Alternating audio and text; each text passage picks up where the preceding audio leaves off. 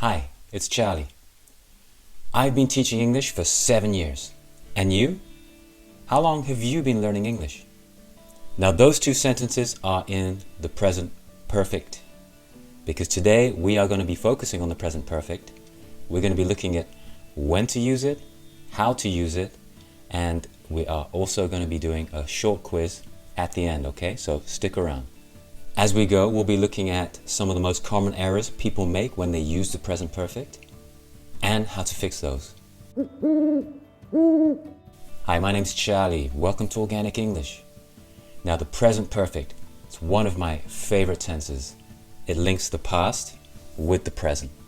When we talk about something in the past that has a link to the present, we use the present perfect. I understand that it can be confusing because it has the word present in it, and yet we're talking about something that happened in the past. It's very easy to overcomplicate this tense. By the end of this session, it'll be clear that this is not a complicated tense and you'll be able to use it perfectly. Feel free to practice by putting your example sentences in the comments below, and I'll take a look at those for you. I'll also put a link to a transcript, which will be in my blog, in the description below. Here are some examples. Do you know that I live in Amsterdam? I've lived in Amsterdam for 9 months. Now there's a great Italian restaurant in front of my house. My family and we've eaten there many times. In fact, the owner has memorized our favorite dishes. Memorize, just in case. Memorize means to learn something so you remember it perfectly. For example, I've memorized all my friends' birthdays. So let's take a look at that monologue. The sentences using the present perfect are: I've lived in Amsterdam for 9 months. We've eaten there many times. The owner has memorized our favorite dishes. Now the present perfect has basically 3 functions. That's to say, we use it in 3 situations. Firstly, to talk about something that started in the past and continues until the present. An unfinished action. For example, I've lived in Amsterdam for 9 months. I moved here 9 months ago and I still live here now. The second function, to talk about something that gets repeated over time. For example, we've eaten there many times. So we've eaten at that restaurant more than once in an unspecified period of time between the past and now. Now the third function is to talk about something that happened in the past, but you don't need to, or you don't want to, specify the exact time. For example, the owner has memorized our favorite dishes. So he memorized our favorite dishes at some point in the past, and it doesn't really matter when. So let's take a look at a couple more examples of each of those functions, okay? Firstly, action started in the past, continuing into the present. I've known Jill since 1999. So I first met Jill in 1999, and I still know her today. She hasn't eaten meat for 2 years. We've had the same TV for 10 years. So we bought the TV 10 years ago, and we're still using it now. Have you played the guitar since you were a kid? Notice we're using since and for to show how long something has been going on in these situations. We use since with a fixed point in the past. For example, 2004, 23rd April, last year. And we use for a period of time. 2 years, 3 hours, 6 months. And now I've done a video about using since and for, and I'll link to that here. Okay, let's look at some more examples of the second function. That is to talk about something that gets repeated over time. They've seen that movie 3 times. That's an event that has been repeated over time. My computer has crashed several times already. She's visited her grandma frequently. I've lost my keys so many times. Again, a repeated act over time, beginning in the past. So here's a good place to pause for a pronunciation point. Normally, when we're speaking, we would use contractions, right? So they have becomes they've. They've seen that movie 3 times. My computer has crashed becomes my computer's crashed. Now here are some examples of the third function. That is, when the precise time of the action is not important or not known. Someone has eaten my cookies. Have you seen Squid Games on Netflix? She's read all the Harry Potter books. Now again, either it doesn't matter when those things happened, or we just don't know. Okay, we've looked at when and why we use present perfect. Now let's take a look at how we form it. Now if you've been watching and listening carefully, you've probably noticed certain words coming up over and over again. Now let's go back to the original sentences we looked at. I've lived in Amsterdam for 9 months. We've eaten there many times. The owner has memorized our favorite dishes. In each case, we have the subject, I, we, the owner, and that's followed by have or has, depending on the subject, depending on the pronoun. Now, this have or has is the auxiliary verb.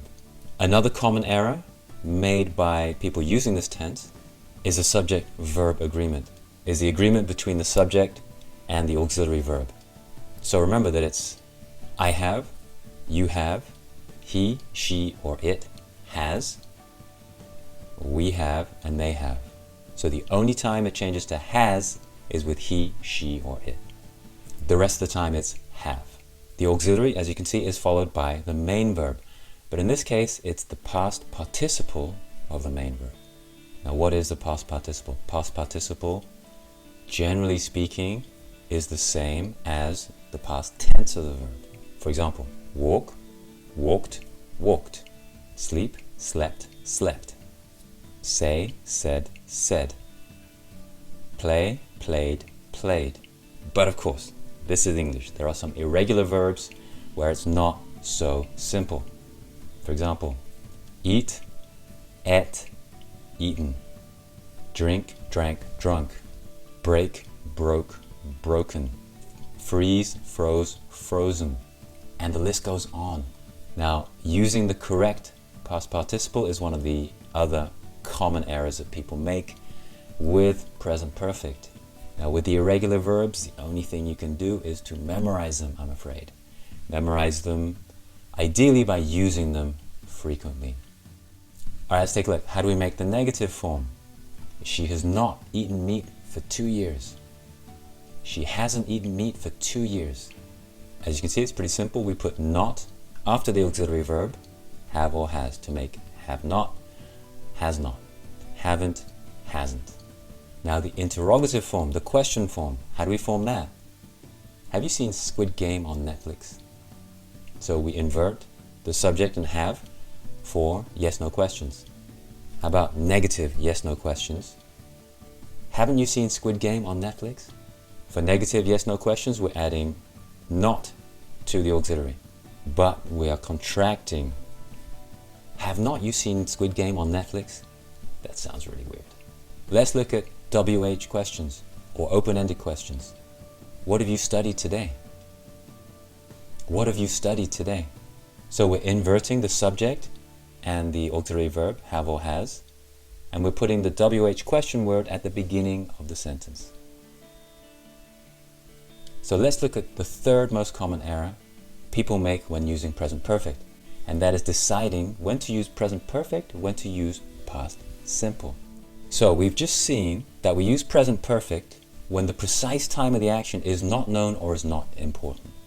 For example, we've been to London a few times. Now, we've been to London, but I'm not telling you when. Now here's a similar sentence in the past simple. We went to London a few times. Now for me that sentence is incomplete.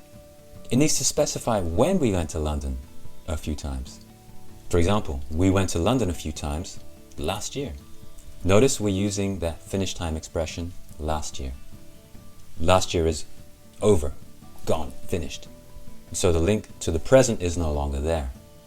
We cannot use finished time expressions such as last week, yesterday, 1987 with present perfect.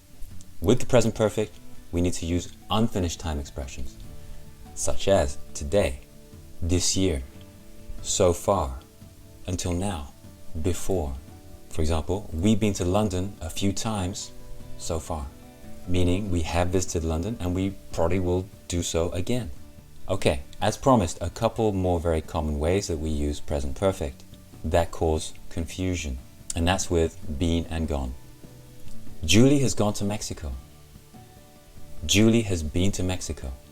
Be and go are both used in the present perfect to talk about going somewhere, but they have different meanings. Julie has gone to Mexico. This means Julie went to Mexico and she's still there. On the other hand, Julie has been to Mexico. This means Julie went to Mexico, but she's no longer there. Here are a couple more examples. John has been shopping. The implication that he is back home now, compared to, where's John? Oh, John's gone shopping. This means that John is at the supermarket shopping now. Great work. Now here's that quiz I promised you. Now make the present perfect by inserting the correct form of have and the past participle of the main verb. Okay, here's an example.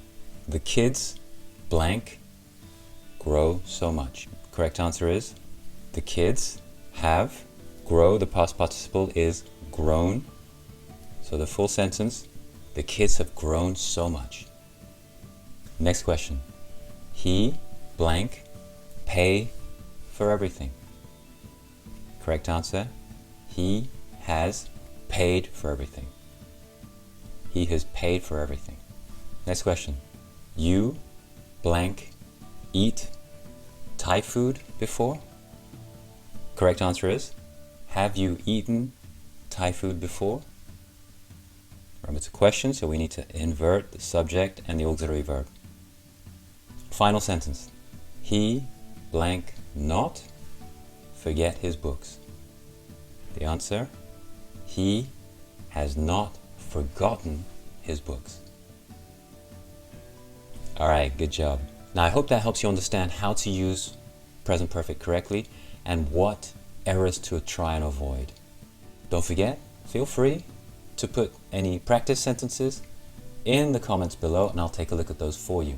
Don't forget, you can also go to www.organicenglish.club where you'll find plenty of other material to help you become more fluent in English. Thank you very much for watching. Now go out and practice your English.